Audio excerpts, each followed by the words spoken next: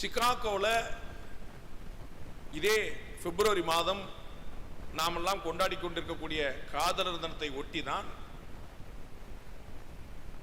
விவேகானந்தர் அந்த ஆற்றல் மிகு உரையாற்றுகிறார்.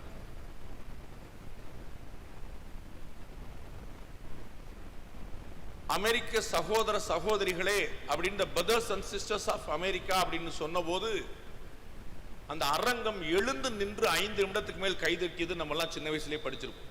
அதெல்லாம் நமக்கு தெரியும். இன்னொரு தெரியாத விஷயம் ஒன்று இருக்கிறது. அந்த சர்வ சமய மாநாட்டில் 200-300 பேச்சாளர்கள் இருந்தார்கள். அவர் ஒற்றை பேச்சாளர் அல்ல. இந்த இதே brothers and sisters of America என்று சொல்லி ஆரம்பித்த கிட்டத்தட்ட 20வது 30வது பேச்சாளர் விவேகானந்தர்.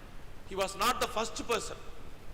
நமக்கு பாடங்கள்ல எப்படி சொல்லி கொடுத்தாங்க, எல்லாரும் லேடிஸ் அண்ட் ஜென்டில்மேன் என்று சொல்லும் போது விவேகானந்தர் தான் வந்து brothers and sisters of America என்று சொன்னார். அப்படி இல்லை, பிரதர்ஸ் அண்ட் சிஸ்டர்ஸ் சொன்னாரு, லேடிஸ் அண்ட் ஜென்டில்மேன் நிறைய பேர் சொன்னாங்க.